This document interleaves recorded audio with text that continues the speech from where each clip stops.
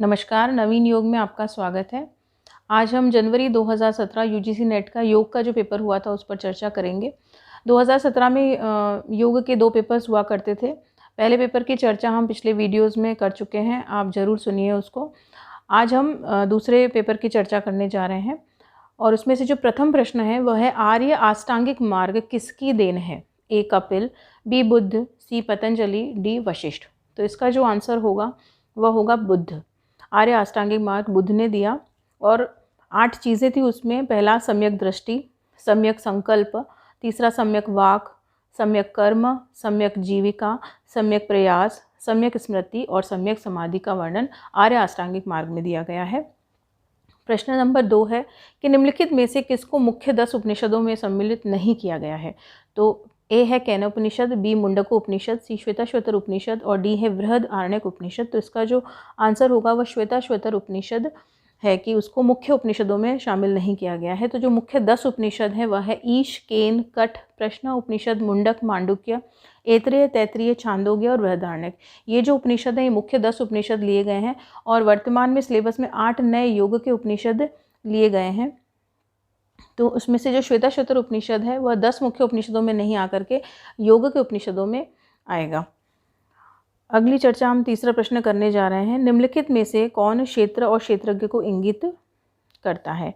ए प्रकृति एवं पुरुष, बी आत्मा एवं ईश्वर, सी माया एवं ब्रह्म, डी जगत एवं जीव। तो इसका जो आंसर होगा वह होगा ए प्रकृति एवं पुरुष।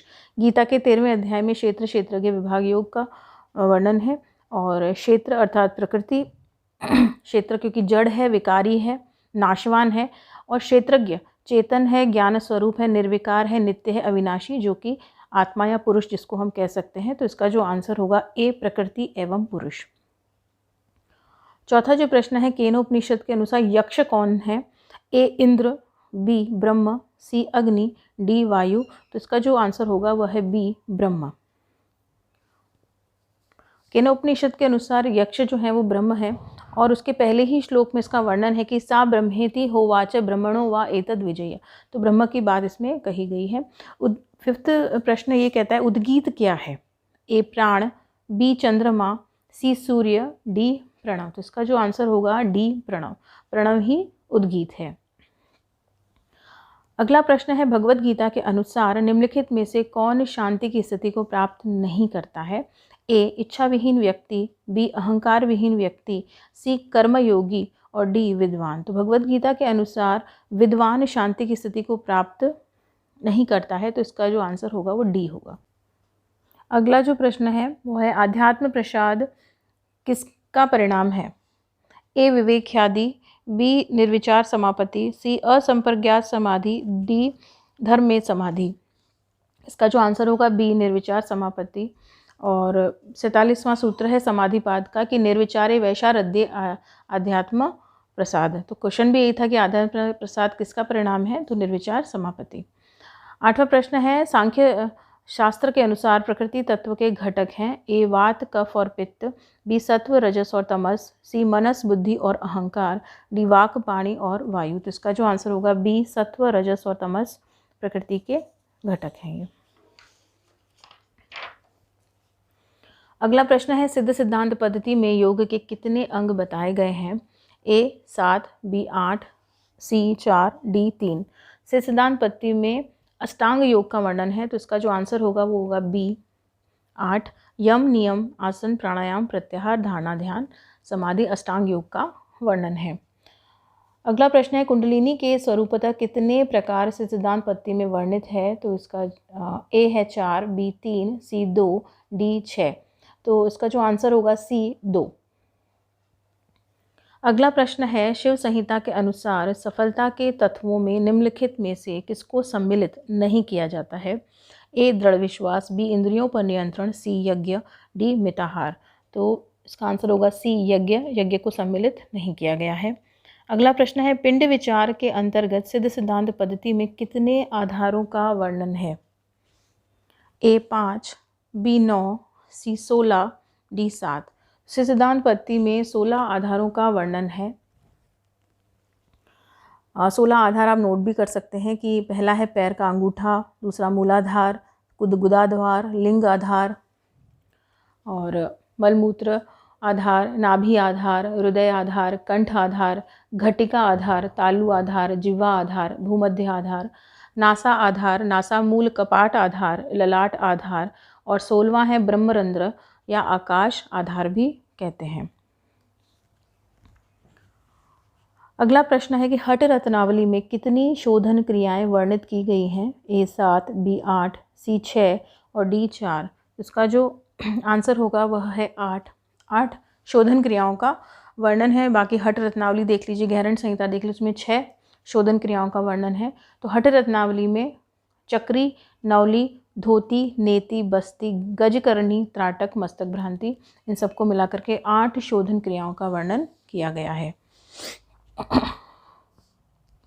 अगला प्रश्न है कि कौन सा हार्मोन शरीर में फाइट और फ्लाइट रिस्पॉन्स में एक महत्वपूर्ण भूमिका निभाता है?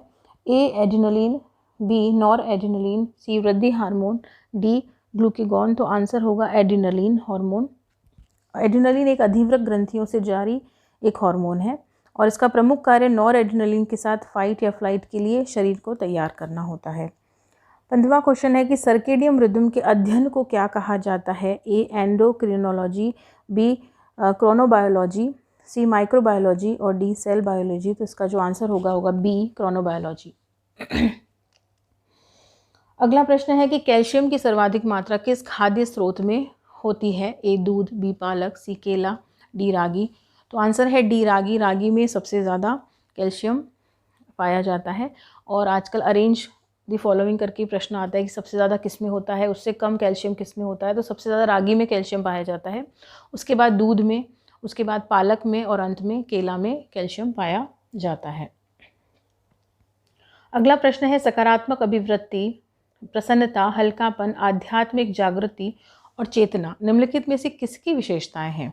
A रजगुण, B सत्वगुण, C रज एवं तमगुण, D तमगुण। तो इसका आंसर होगा B सत्वगुण की सारी विशेषताएं हैं।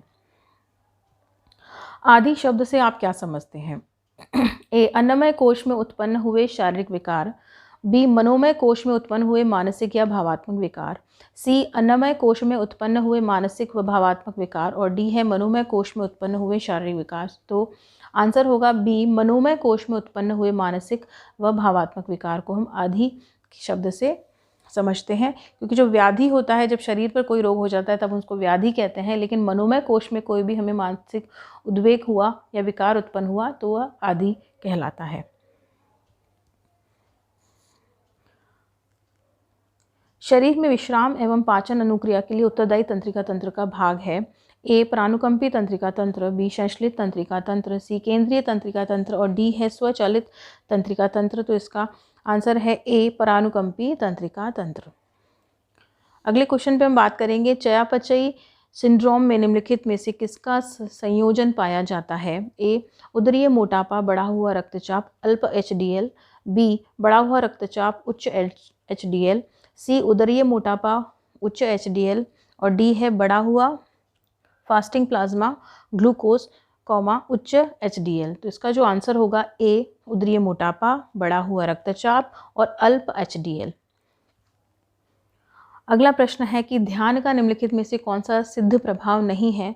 A स्ट्रेस को घटाता है, B रक्तचाप को सामान्य करता है, C रक्त शर्करा को सामान्य करता है, D कॉर्टिसोल को बढ़ाता है। तो इसका जो आंसर होगा वो D होगा, कॉर्टिसोल को बढ़ाता है, जबकि ध्यान करने से कॉर्टिसोल कम होता है और बाकी के 3 जो है वो ध्यान करने से स्ट्रेस को घटता है, रक्तचाप सामान्य होता है, C रक्त शर्करा सामान्य होती है। तो इसका आंसर होगा D कॉर्टिसोल को बढ़ाता है। अगला प्रश्न है कि हठ प्रदीपिका तथा गैरंड संहिता के अनुसार सूत्र नीति की लंबाई है? A 2 बलिस्थ, 1 बलिस्थ, C आधा बलिस्थ और D है 1.5 बलिस्थ। तो आंसर होगा B 1 बलिस्थ, मतलब लगभग 9 इंच की सूत्र नीति काम में ली जाती है।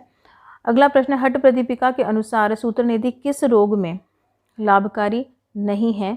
तो A है नेत्र संबंधी विकार, B कपाल शुद्धि, C जठर-ऊर्ध्वगत रोग और D है अम्ल पित्त। तो जो हठ प्रदीपिका है उसमें जो सूत्र दिया हुआ है उसके अनुसार D जो अल्प पित्त है वह नहीं है।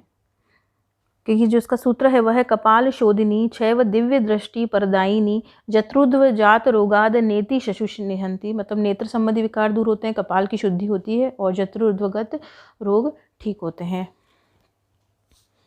अगला जो प्रश्न है वह 24वां। हट प्रदीपिका के अनुसार वस्त्र धोती की लंबाई क्या होती है? ए 7.5 फुट, बी 15 फुट, सी 22.5 फुट और डी है 26 फुट। तो इसका जो आंसर होगा सी 22.5 फुट वस्त्र धोती की लंबाई होती है। अगला प्रश्न है हट प्रदीपिका के अनुसार निम्नलिखित में से कौन सा लाभ पश्चिमोत्तानासन का नहीं बताया गया है? ए अम्लता कम करता है, बी उदर की वसा को कम करता है, सुषुम्ना में प्राण प्रविष्ट होता है और डी जठराग्नि प्रदीप्त करता है। तो इसमें कहा गया कि कौन सा नहीं बताया गया है, तो वह ए आंसर अम्लता कम करता है। अगला प्रश्न है कि शिक्षण को प्रभावित करने में निम्नलिखित में से कौन सा कारक नहीं है? ए शिक्षक, बी छात्र, सी वातावरण, डी शिक्षक का सामाजिक स्तर। तो इसका जो आंसर होगा वह होगा डी शिक्षक का सामाजिक स्तर शिक्षण को प्रभावित नहीं करता है।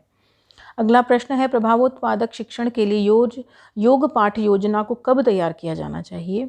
तो ए कक्षा से 1 सप्ताह पहले, कक्षा से ठीक पहले, कक्षा से 1-2 दिन पहले या कक्षा की समाप्ति के बाद। तो इसका जो आंसर होगा बी प्रभावोत्पादक शिक्षण के लिए पाठ योजना को कक्षा से ठीक पहले तैयार किया जाना चाहिए। योग के व्यवहारिक शिक्षण के दौरान प्रश्न और उत्तर सत्र को कब आयोजित किया जाना चाहिए? कक्षा के प्रारंभ में, अभ्यास का परिचय देने के बाद, समूह अभ्यास के बाद या डी पाठ के अंत में। तो आंसर है सी योग के व्यवहारिक शिक्षण के दौरान प्रश्न और उत्तर सत्र को समूह अभ्यास के बाद आयोजित किया जाना चाहिए। अगला प्रश्न है छोटे समूहों के लिए योग के शिक्षण में बैठने की प्रभावी व्यवस्था है? ए अर्धवृत्ताकार, बी वृत्ताकार, सी पंक्ति, डी स्तंभाकार। तो आंसर होगा ए अर्धवृत्ताकार। आज हम अंतिम प्रश्न ले रहे हैं कि पतंजलि के अनुसार प्रमाण है ए अनुमान, बी प्रत्यक्ष, सी विकल्प, डी आगम। निम्नलिखित कूटों का उपयोग करते हुए हमें सही उत्तर का चयन करना है। तो पतंजलि के अनुसार प्रमाण 3 हैं, प्रत्यक्ष, अनुमान और आगम। तो इसका जो आंसर होगा वो होगा बी में ये दिया गया है, सी विकल्प नहीं होगा, प्रत्यक्ष, अनुमान और आगम। अब तक के लिए इतना ही। आगे के प्रश्न हम अगली वीडियो में चर्चा करेंगे। धन्यवाद।